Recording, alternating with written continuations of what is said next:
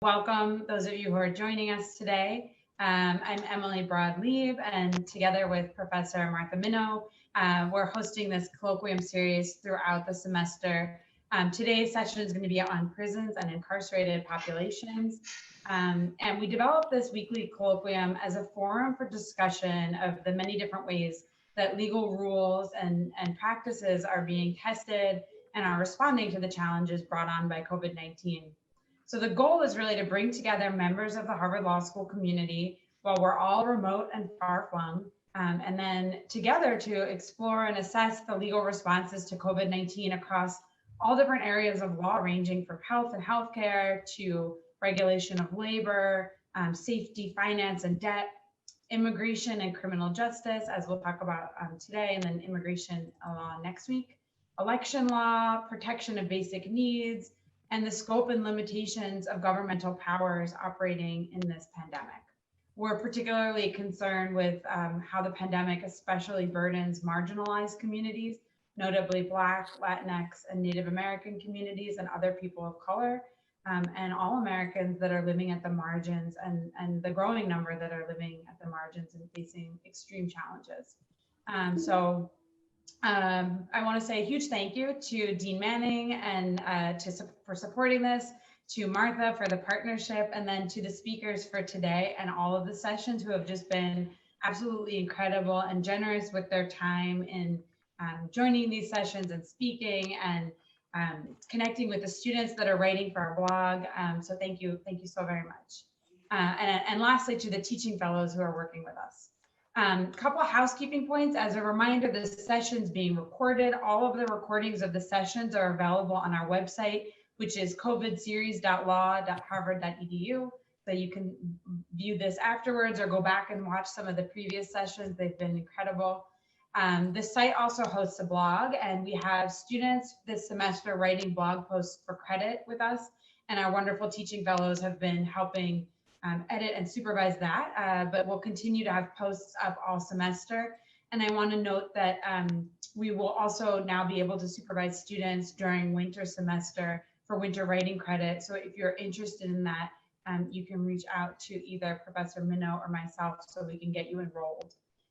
We've turned off the chat function, but please use the Q&A function at the bottom to ask questions. We will get to them. We will integrate them in. And then lastly, I just wanted to announce that thanks to Professor Viscomi and the Harvard Negotiation and Mediation Clinical Program, we have an opportunity to have small group discussions facilitated on topics included in the colloquium. So that includes today's session, next week's session, and then our session on access to justice, which is in a few weeks. Those take place on Thursdays, the day after the session. So tomorrow will be the first one, tomorrow from 3 to 4:15. And it's really a good opportunity to have a discussion on these topics that I think merit a lot deeper thought and consideration than we're able to give in our, in the presentations just in our 1 hour together. Please email Professor Viscomi to learn more.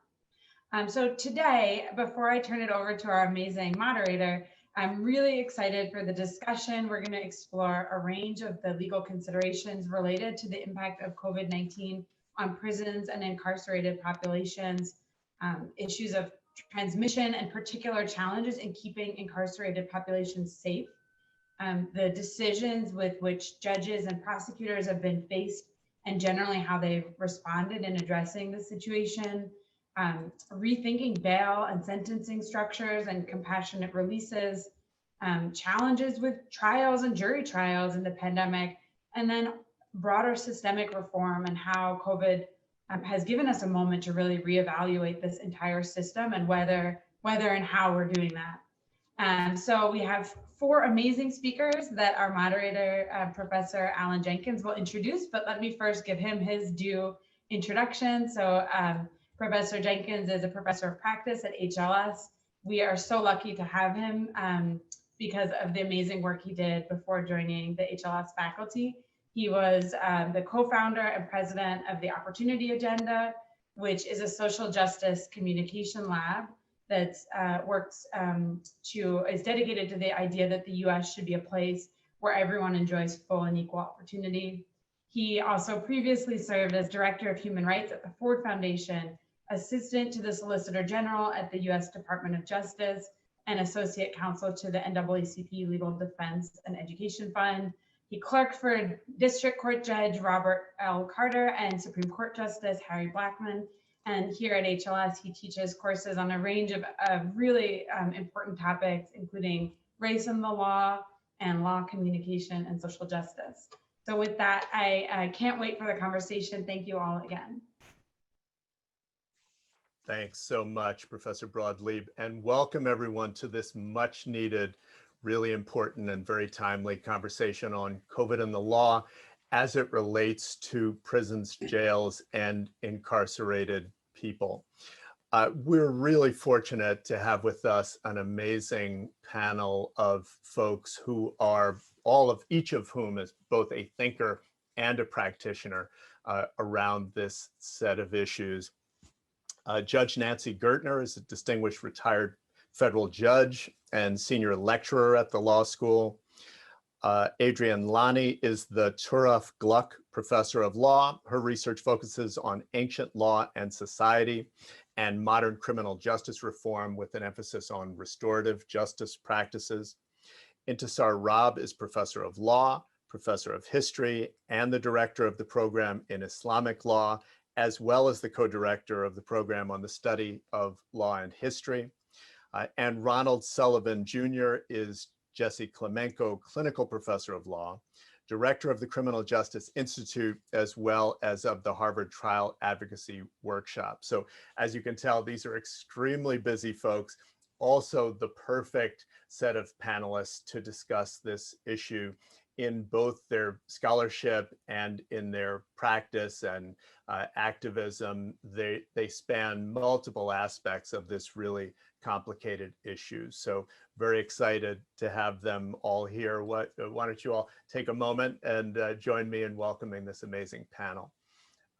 I can see you virtually clapping, so thank you for the warm welcome. I want to begin by asking each of the panelists to answer the same broad question. The pandemic clearly is posing multiple huge historic challenges to people living in prisons and jails, to families, to communities, to people who work within the system, and to the fair administration of justice. And those problems are challenges are public health and safety challenges, they're economic challenges, they have to do with fairness in the system. But many of us, as Professor Broadleib noted, are also hoping that this terrible moment may open up some opportunities as well to rethink our over-reliance on prison and jail as a solution. Our failure to invest in mental health treatment, in drug treatment, in practices like restorative justice, our disinvestment in communities, and possibly, just possibly, broad transformative change to come out of this epidemic with a system that in positive ways is completely different from the one that we have, just maybe. So I'm going to ask each of you to talk from your perspective and your views and experience about both the challenges that you see as most pressing, and if you think there are some opportunities for positive change, to talk a bit about those. And I'm going to ask you each to do that in 5 minutes or less, so that we have time for question and answer, and especially to hear from folks in the audience who have questions.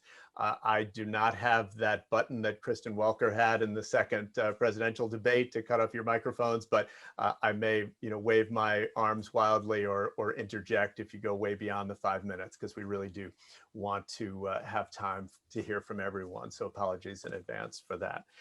So let's start with Judge Gertner. What do you see as some of the challenges? And if you think there's some opportunities for change, what are those? Well, first of all, I want to say that for a federal judge, a former federal judge, the mute button is not functional on my computer. I just want to say that. I'm kidding. Likewise, time limits are also not functional, but I'll see what I can do.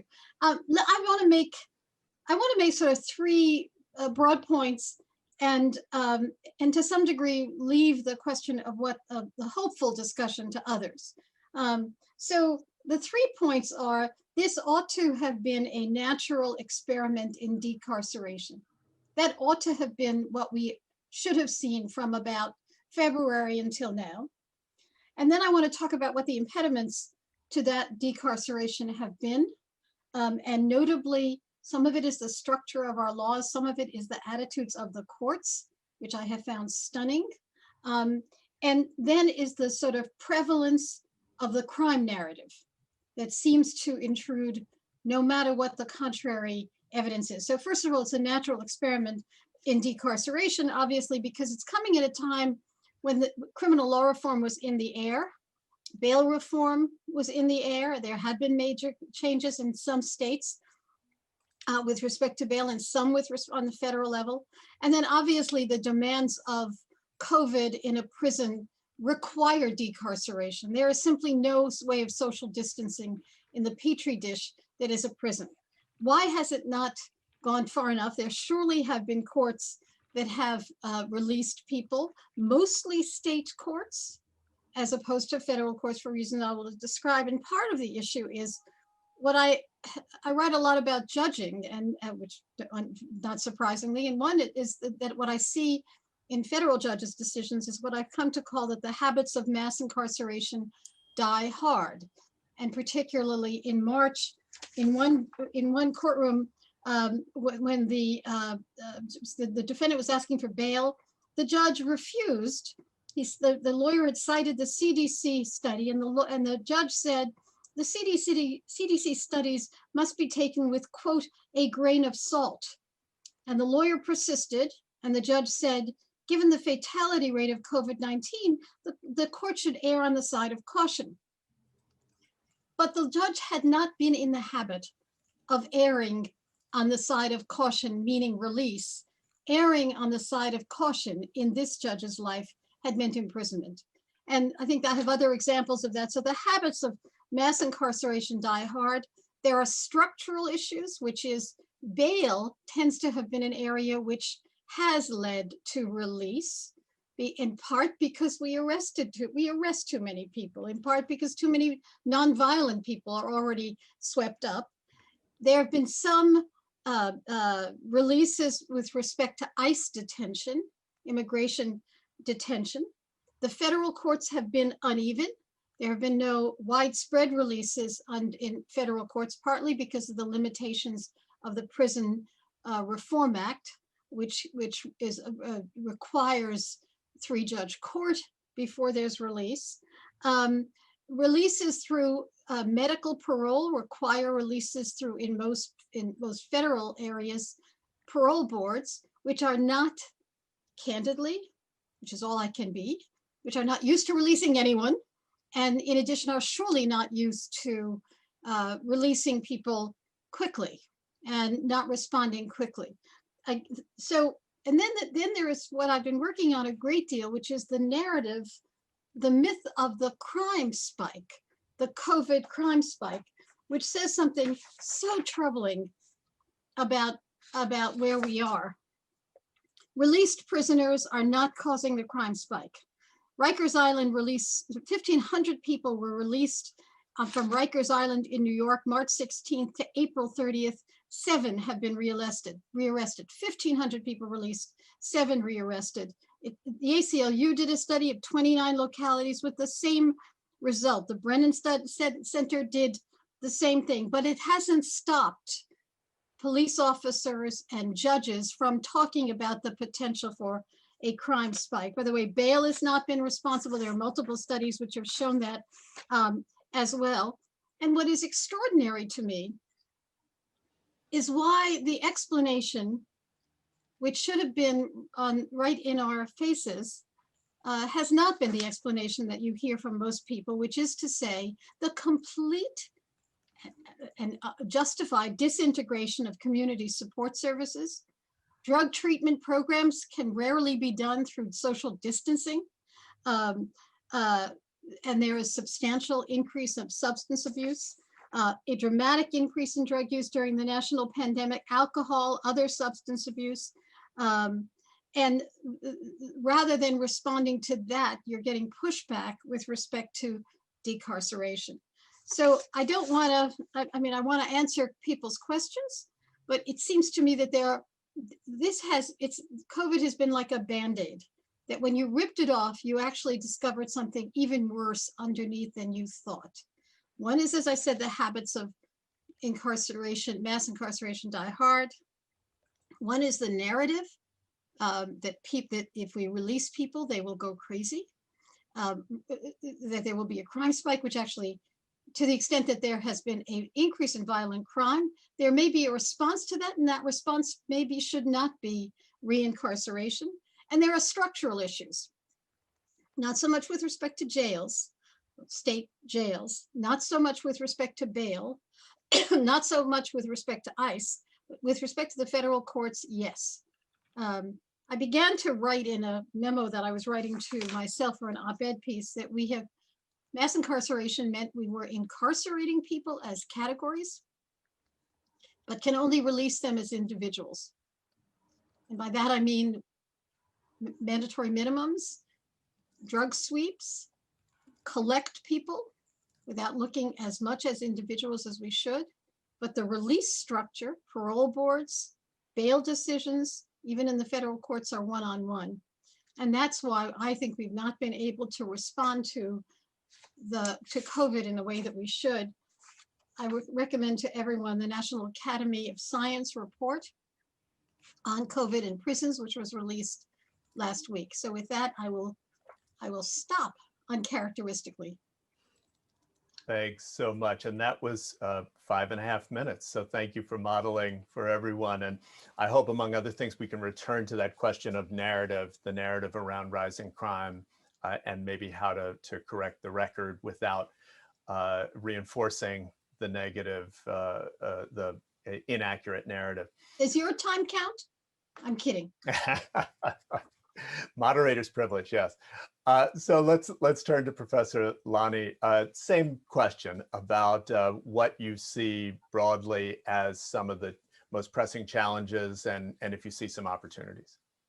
Thanks, Alan. So one thing that's happened as the crisis has lengthened and courts have started to open up is the big issue of what to do about jury trials, which I think has become particularly salient just in the last month or so, as courts have decided that they need to do something to keep the process moving. So I thought I'd say a few words about that.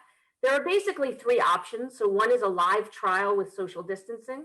Another is a virtual trial through video conferencing like Zoom or something like that. And the third that's been piloted in New Jersey is a hybrid system where you have virtual jury selection, but then live trials. And several jurisdictions for quite some time have been using virtual grand juries to get indictments. So all of these options raise a lot of concerns. For me, the biggest concern for both in-person and video trials is guaranteeing a representative jury. With live jury trials, some courts, a lot of courts are excusing high-risk jurors, including those who are over 65 and those with comorbidities.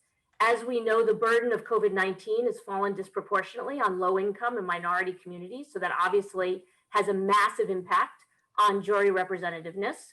There's also a sense that it may decrease the ability of women to participate as jurors where schools are not in session and the absence of childcare. So jury representativeness is a big issue. The socially distanced trial also raises some other issues as well. So determining credibility for a masked witness is an issue, even if it's a clear mask. A lot of places that have been having trials do not have, everyone in the room has a mask except the witnesses. But even if witnesses don't wear masks, jurors likely would, and that creates problems for counsel to judge demeanor during jury selection and to gauge how the jury is reacting to the evidence during trial. Now, if the accused is wearing a mask, that may affect the jury's perception of the accused and their ability to empathize with him or her. So those are a whole bunch of concerns. And there also are concerns about jury behavior in live trials during the COVID era. So juries who might be worried about their health might come in and be kind of resentful to be there. And also there's a worry that jury deliberation might be rushed and hasty because juries sort of want to get out as quickly as possible. So those are all the problems with potentially socially distanced live trials. What about virtual trials? There have been several virtual civil trials. There have also been some criminal trials, particularly in misdemeanors. And here, jury representativeness is again a big issue. There are especially issues about technical savvy for older jurors, and then the availability of technology and Wi-Fi access for low-income jurors. Public housing, for example, often has free Wi-Fi, but it's not very good, and it may not support the kind of continuous video streaming that you would need to participate in a trial. Some jurisdictions like New Jersey have given out tablets with broadband access to jurors to try to remedy this. So there are some potential possibilities, but it's obviously clunky and expensive. So those are some issues with jury representatives. There are also issues, a kind of cluster of concerns about the effects of virtual interaction if you have virtual trials.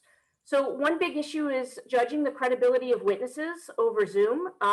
There are studies that have shown where they try to compare in the lab how live versus virtual witnesses are received, and they found that live witnesses are viewed as more honest than virtual witnesses.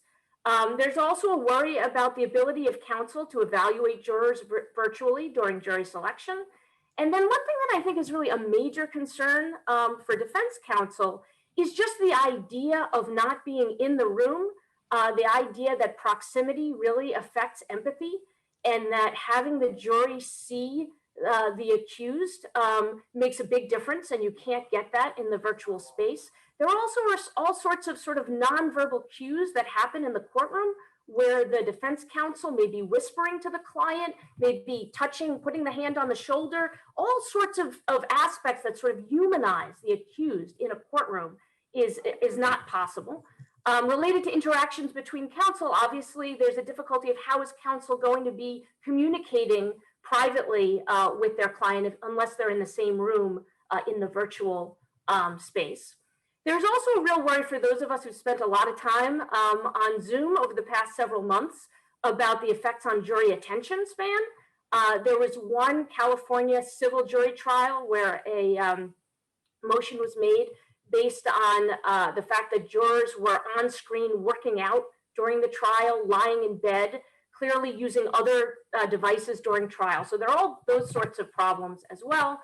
And then finally, in terms of remote grand juries, obviously a grand jury relies on confidentiality, and it's very hard to control in these settings who's in the room and potentially listening in. So that's another kind of aspect that people worry about with virtual trials. So those are some of the, I think, really big issues in trying to address a jury trial, either in person in a socially distanced way or on a virtual platform. And stepping back, I think all of these difficulties of COVID and the difficulties they pose for the normal operation of the criminal process, including trials, as both Alan and Judge Gertner said, we thought might potentially create the opportunity to rethink our system in fundamental ways. And I think for those of us who care deeply about the need for wide-ranging criminal justice reform, there was a hope at the beginning of this that there might be a tiny silver lining to this devastating crisis, which is it's kind of a jolt to the system, as Judge Gertner said, a kind of forced mini experiment in decarceration. And as Judge Gertner said, so far, that is not the narrative that we've seen, and we haven't really seen that, though there have been, as Judge Gertner mentioned, some more pretrial release and other examples. And there maybe is a hope that after the dust settles, there'll be more scientific looking at some of this data, which can have some hopeful outcomes. But I agree with Judge Gertner that so far, the outcome has not been nearly as hopeful as some of us had really thought at the beginning. So maybe I'll stop there and turn it back to you. Thanks for that. And your comments about kind of virtual trials and Zoom make me think of some of the social science research from the 50s and the 60s, Stanley Milgram, for example, that showed that the more distant you are physically and psychologically from someone, the less empathy you have for them, the more likely you are to adhere to authority figures and not be as concerned about the humanity of someone who may be at the receiving end. And so, I think we've only begun as a society to understand what the switch to virtual interactions, much less trials, might mean. Hopefully we can return to that. So Professor Raab, we're going to turn to you now with that same set of questions about both challenges and potential opportunities. Sure, and thank you to everyone for organizing, everyone who organized this for doing so and inviting me to take part in what I think is a really sobering but necessary conversation on precisely what we've heard so far, and probably I'll echo as missed opportunities, I think, and challenges to reforming or reimagining the criminal justice system during this moment. So in view of time, I have 3 observations that I'll make, but just drill down on one project that I've worked on most recently in this area. And the observations are, the first one, I'll just say, in some of the work that we've done in representing clients during this period where everything has to go remote, one of the things that that you notice is that there are not only for petitioners, but also for lawyers, tremendous hurdles in figuring out simple things like how to file, how to get the documents that are supposed to be converted electronically. And if that poses problems for lawyers, for clients who have representation, what does that mean for clients who don't? So I think access to justice ends up being a problem that hasn't been resolved, and more work could certainly be done during this period to address it with better e-filing and better access to materials.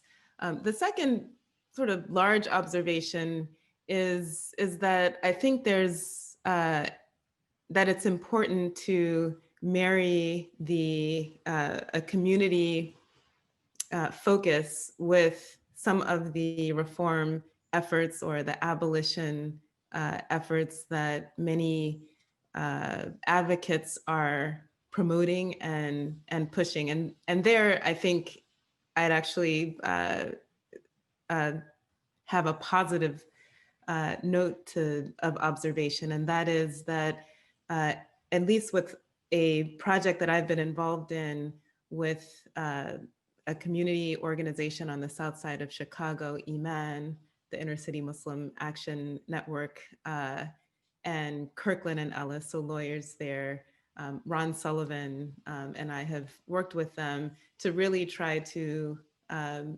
drive or have the issues be driven by the community needs. This moment of reflection, I think, has encouraged more of that and encouraged major actors or firms to be involved in that way. And I think there's a lot more room for the same. And then the thing so that's the second observation, that there's been a call for during this period, and I think more room for systemic reform that attends to community-driven collaborations with lawyers or lawyer-assisted systemic reform.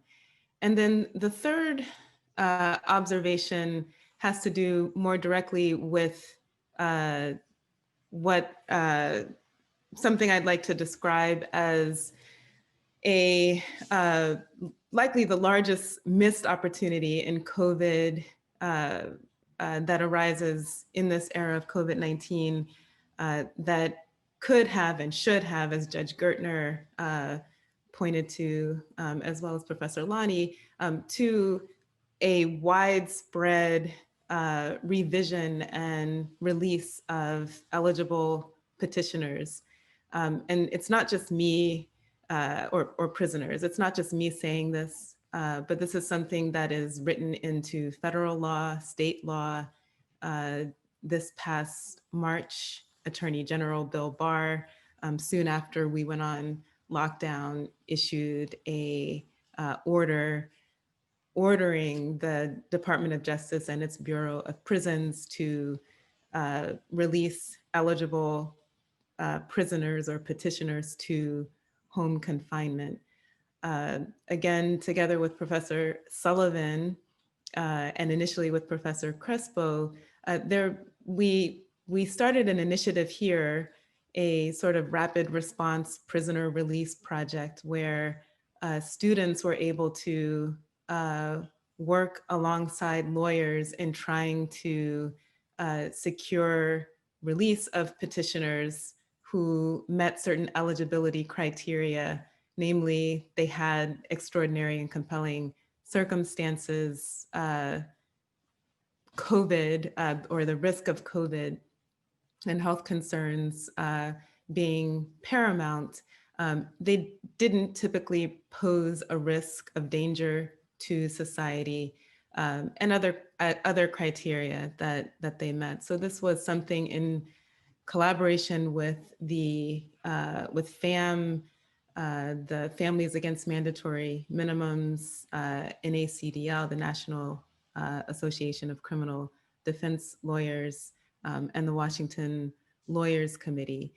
So we find through that that there are several ways of filing, several compelling means or compelling justifications for release, and everything would point to the sort of widespread release and a successful experiment in doing just that at this moment. And unfortunately, that hasn't been the case. What we find instead is that there's remarkable, one might say, ignorance at best, or pushback, deliberate pushback at worst on the part of not just the courts, but the administrators in the Bureau of Prisons, because a lot of this ends up being an administrative process to successfully processing and making good on petitions that are really compelling. And so when you start to, when you see this sort of incremental look at individual petitions and denials of them, even when represented by top lawyers across the United States, researched by students like those who are here supporting them, and that sort of thing, I think we begin to get a sense of why there isn't the sort of widespread change that we would see. And I think Judge Gertner put it really well, that you have a categorical problem. You treat categories of people like a problem, and then sort of individual responses and pushback to addressing the problem. So I would just say that and I'll end with this, that some lessons learned are that there's an administrative as well as judicial process that I think lawyers should be more attentive to. I think we put an outsized focus on the courts, and this experience has showed the importance of attending to administrative processes and pushing them along where needed, working with petitioners to do so, and that there is a need to educate and insist on the law as it is and the law as what it should be. I always like to say that law is not a conclusion that we have to accept from the administration or the courts, but it's an argument. And at least in some of the cases where it has been successful, we find that a properly made argument can win and carry the day. Thanks so much. And as a heads up, I hope we can circle back to the community lawyer partnership that you described and hear a bit more about that. So we're going to turn to Professor Sullivan. As always, the same broad question. What do you see as challenges that you're experiencing and encountering, and what do you see as some potential opportunities for positive change, if any. And you're still muted. Sorry. Thanks so much, Alan, and thanks to Martha and Emily for organizing this remarkable series so that we have time for engagement from the audience. I see over 100 people. I'll be really quick and make 3 quick points. One, I'll adopt by reference everything my colleague said. All right, all important issues that we have to think about. Second, I'll highlight what Professor Raab said about access to justice and actually ground it very quickly. That arises from an actual experience that we had. It was Professor Raab, it was me, and a former White House counsel. It took us weeks to figure out how to file a case in a particular state court, literally weeks. And you would think, I mean, these are some pretty good lawyers here. And if we couldn't figure the thing out, and there were all these arcane rules that local counsel helped us figure out, I mean, it actually motivated Intisar and I to threaten to actually write in that space, though neither of us have ever written in that space before, access to justice. But that's real. If we couldn't figure it out, my goodness, how can just a concrete citizen without a legal background figure it out? Third and finally, the one thing I'll add to the mix, and we may or may not be able to pick up on it, is this notion of prosecutorial discretion. So to the extent that the COVID pandemic allows us to rethink what we do in the criminal justice system, we've got to rethink prosecutorial discretion. The Supreme Court has essentially punted on prosecutorial discretion and said that prosecutors can charge up to whatever the law allows. That brings us into a broader conversation about the way in which the political economy is structured such that legislators write the broadest possible criminal laws with the broadest sort of penalties. The results are that people are charged with things. The crimes are very serious in order to induce a plea. And when you're charged with a very serious crime in this COVID space, chances are for poor people, Black people, brown people, you go to prison pre-trial because bail is a problem. And one of the other panelists talked about that. How they do it in the state system to deal with COVID, they quarantine people in the worst sorts of units in the prison, the solitary confinement units. They quarantine them for 2 or 3 weeks, and really, I've just been going bananas thinking about this because they just the criminal justice system has sucked dry the all liberty interests of incarcerated citizens, all liberty interests. They're in these little boxes, 23 hours a day. With no light and so forth. That's the response right now to COVID in many state courts. That seems problematic. I'll stop well short of my 5 minutes and hopefully we can have a conversation. Great, thank you for yielding back your time. I yield my time, Mr. Chair. So first of all, I want to encourage you all in the audience to submit your questions, and we're going to turn to those in a moment.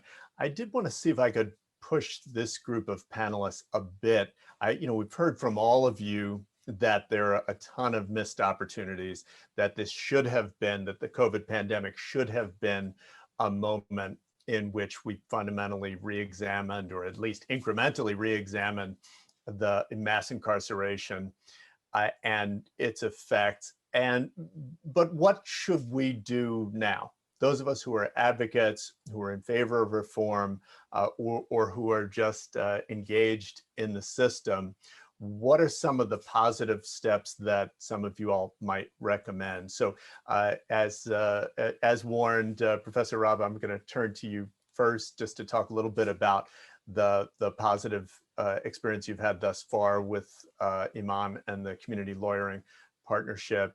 And then I'm going to open it up to any other panelists who might have advice for students and new advocates who are watching about, okay, given that we haven't had the reconsideration or transformative response we would have hoped for.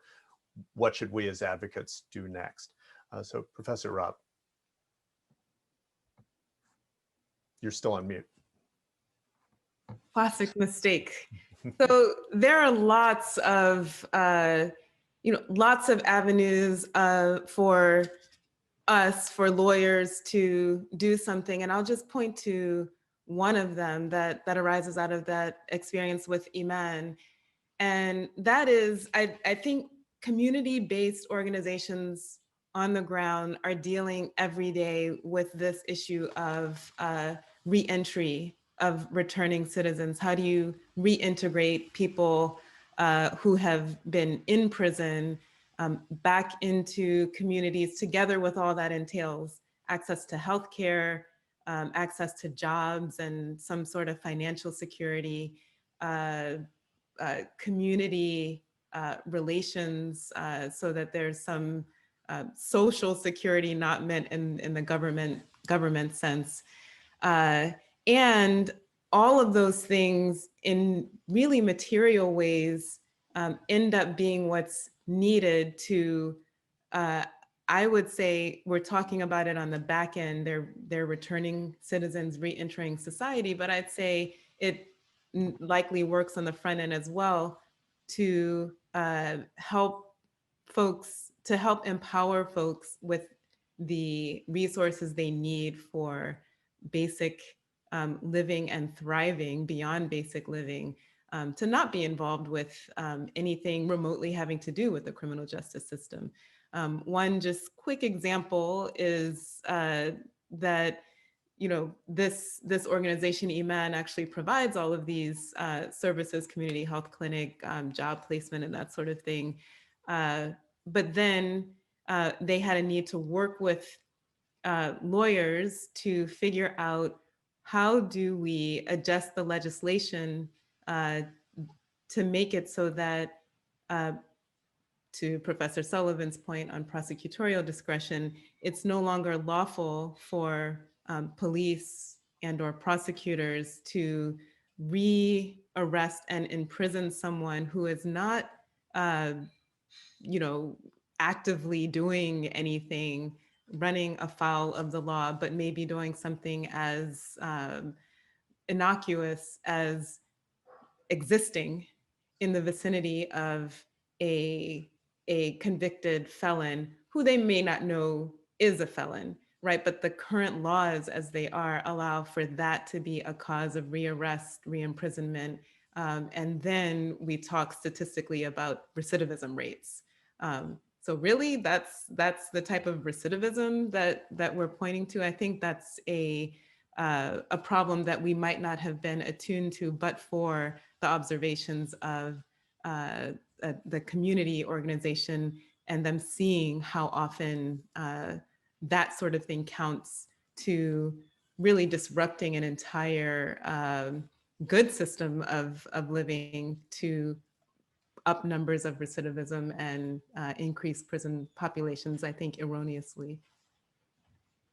Thank you. So that feels like at least two concrete proposals. One is ensuring that the services and the reception are there for people returning to communities, which sounds like both a civil society response, but also something that governments, local governments should be thinking about, in states.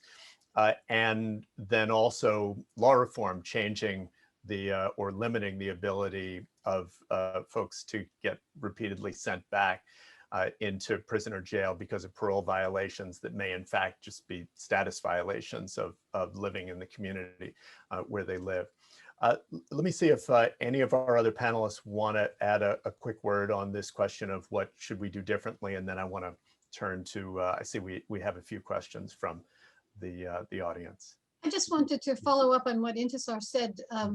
It's not just parole violations, it's also judges that impose as a condition of release that you not go back to the community. I had that over and over again with the men that I sentenced, which is, where the hell were they going to go with no money, no resources, no job, except back to whatever family they had had. And yet a standard condition of release in federal court, I imagine in state courts, is don't hang out with other felons, which is oftentimes means some of the kids you may have grown up with, and don't go back to the community. There's a good reason for that on the one hand. Drug taking usually is correlated with location as well. But in a situation where we're not offering meaningful alternatives, it is not a good alternative. And then the community response also raises a bigger problem. One of the judges whose work I was monitoring said, this guy is better off in prison because community resources weren't there. Better off in prison is a troubling concept. It suggests that the government that put you in prison is not responsible affirmatively for finding you a place to be. It's like once you walk out of the prison doors after you've had put someone in for 20 years, you have no obligations. And I'd like to see the government recognize that there is an obligation, an affirmative obligation, not just to provide halfway houses, but to provide money to communities so that they can take people back. And this has been exacerbated in COVID. Thanks very much for adding that. Yeah. Can I hop in for one quick comment? So I would say a lot of the suggested reforms are the same post-COVID as pre-COVID: decriminalize, reduce the use of pretrial detention, which forces plea bargains, and lowering sentences. But I want to say just a quick thing in response to what Judge Gertner began us with, which I thought was such an important point, this question of how do we change the narrative, which I think we're seeing after COVID is so important. And I guess a couple of things I would say just quickly is encouraging restorative justice programs and community accountability to sort of change attitudes, and also changing the narrative. There's a great organization called Everyday Boston here in Boston, which hooks up different citizens in Boston to interview each other and get to know each other, people who would not normally be together. And they have a particular project for returning citizens to do that, so that people get to meet returning citizens, hear their stories, and then they publicize those stories. And I think those are all, it feels small bore and very particular, but I actually think that those kind of local community-based changes in attitudes is what is necessary to change the narrative that Judge Gertner talked about. Thanks very much for that. I have a ton of thoughts about that as well. It relates to my own scholarship, but I do want to turn first to some of the questions we've gotten from the audience. So this is from David Tai. Apologies if I'm mispronouncing your name. How do we ensure that marginalized populations are not disproportionately charged with COVID violations? So this is certainly something that we've been seeing, at least anecdotally, in terms of arrests and the like. So do any of you want to comment on that? What do we mean by COVID violations? Well, the question is all I have, but I assume that what that means, for example, is violating mask regulations or small businesses that are refusing to close, all of that, anything that is kind of newly criminalized with respect to COVID for often valid reasons of public health, but we may nonetheless see discriminatory enforcement of those provisions. It becomes very difficult. I mean, we can, file motions and do a lot of things after the fact. We can complain. It becomes very difficult when you are experiencing something to initiate mass reforms that makes a difference in the present. So I will adopt what my colleague said earlier about getting involved in local and state politics, those folks who write the laws and the people who are elected as your local DA. We've got to elect people who share the values that have been articulated among this panel, people who will see that there is a disparity between populations in respect of certain things, that populations are disparately impacted and disparately represented, and will make policy to decline to do it. So we can do a lot after the fact as lawyers and raise issues, but I think the main thing is to stay involved locally. Very quickly, by way of example, not COVID related, but makes the point, Massachusetts, liberal Massachusetts was this close to passing a stand your ground law. And the only reason the state legislature did not is because George Zimmerman happened. This close, nobody was paying attention. Nobody was paying attention. You've got to pay attention because there's a downstream impact if you don't, and you see the sorts of things that the questioner described. And I might just add on to that quickly that I think lawyers should also be involved in anything that's regulatory. We're already seeing discriminatory applications of COVID violations. Why is this a criminal law rather than a regulation? Why should it be dealt with as a criminal matter?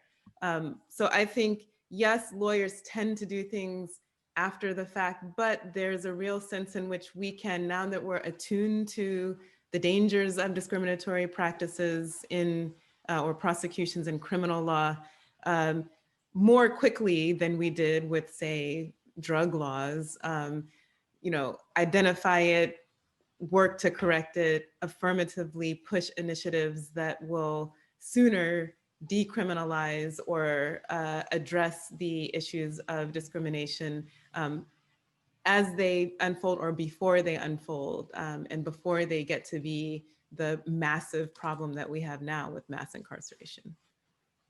Thank you. We have a few questions, which I think each of which goes to the point of what are we likely to see after this pandemic fades? What might be some of the negative things that may persist? Will the movement towards criminal justice reform and decarceration, which most of us perceive to be gaining steam before the pandemic, will it be taking a big step backwards, or where might we be? So, for example, Brian Beaton says, isn't it the case that aside from some compassionate release and pretrial release action, aside from that, do you all think we're in fact worse off from a reform perspective? Essentially, we tolerated prisoners dying from COVID-19 in prison, further dehumanizing them and their needs. So let me pose Brian's question, but also broaden it a little bit, because I know a number of you have been thinking about this question of where are we likely to be at the end of this pandemic when it comes. So any of you can certainly jump in. Judge Gertner, it looks like you have a hand up. The first thing we have to do is deal with the false narrative that once you release people, the crime goes up. And I mean, I've seen that in the Boston papers, that the reason for the crime spike is that courts have been releasing people. And as I said, the data really doesn't bear that out. And that's a serious problem, because mass incarceration was in part caused by this sense that it was sort of a balance of risk, which invariably balanced against people of color, and that better not, it's what the magistrate judge I was talking about said, better not to release because I don't want to have my name in the front pages where there's just someone has just killed someone. And the crime spike is not attributable, as I said, to the COVID releases. And there is another response to the extent that there is an increase in violent crime in some cities, not all, and other crime has not gone up. There is a better response to it that has to do with, as I mentioned, drug abuse issues and community support issues, rather than essentially the implication is we shouldn't be releasing people. The good news, I think, that we can step back, and another sort of bad thing is the fact that courts have been able to say, I feel comfortable saying, no matter when it comes to the stories about prisons and COVID. That is an extraordinary thing, that courts have essentially said, better off in prison. We don't care about, or Ron's point about solitary confinement being a response. It says something about the ways in which we have dehumanized people. And that has to be, that's not just a litigation issue, that's a narrative issue that has to be more generally shown to the public. The good news is that one of the first wave of decarceration was with respect to the nonviolent drug offender. And certainly the jails, some jails, the San Francisco DA, for example, and some sheriffs have released people in that category and released people who were medically compromised, who were older. And it is absolutely clear, there's no issue with respect to that there's really not reoffending with respect to those groups. So we have learned concerning sort of the easy cases that we didn't have to incarcerate them. And then we have to come to grips with the harder cases, as I said, the violent crime situations where the response of incarceration has not stopped it before, and why should it stop it now? The National Academy report recites how incapacitation over the past 20, 30 years has not worked. There's no reason to believe it would work now. So the good news is the stories about nonviolent drug offenders, stories about medically compromised people, they should have been out before COVID.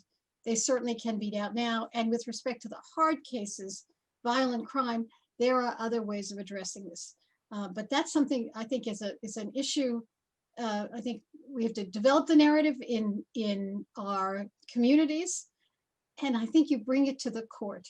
The next time a judge says, I'm afraid that X will reoffend, you bring into court the statistics that make it clear that that's not true.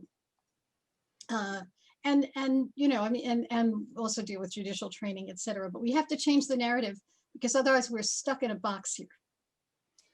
Thank you, and thanks for bringing us, I think, some positive ideas and good news. I'm going to wrap us up because we're almost at the hour, but I wanted to jump on this notion of narrative change, which is really the work that I've been engaged in for the decade or more before coming to the law school full time.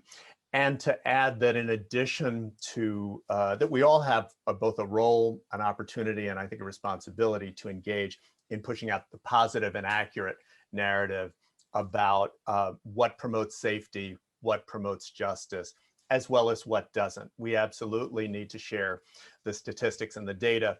Experience shows, however, that people are invulnerable to data and statistics that don't fit with a set of values and a narrative that they can understand and attach themselves to.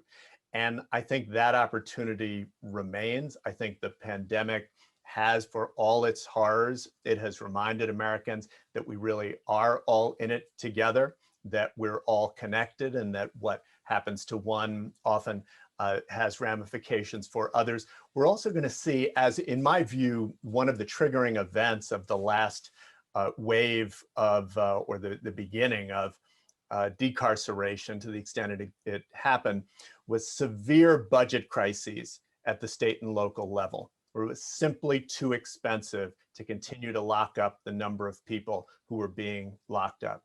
And I think, for better or for worse, we're about to experience something very similar. We already are, but some of it's been put off by state and local governments. We're going to be experiencing it. And I think that, combined with the reckoning on racial justice that is happening in many places, I do think provides us an opportunity to tell a compelling, positive story rooted in values and familiar themes, a new narrative for this new era. So with that, I'm going to wrap us up. I want to thank our panelists so much for all of the information that you've shared. I also want to note that you can continue the conversation on the website for this colloquium. The link has been shared, and I hope that you all will keep working to build a more positive America coming out of this terrible crisis. So thank you very much, and thanks again to the panelists.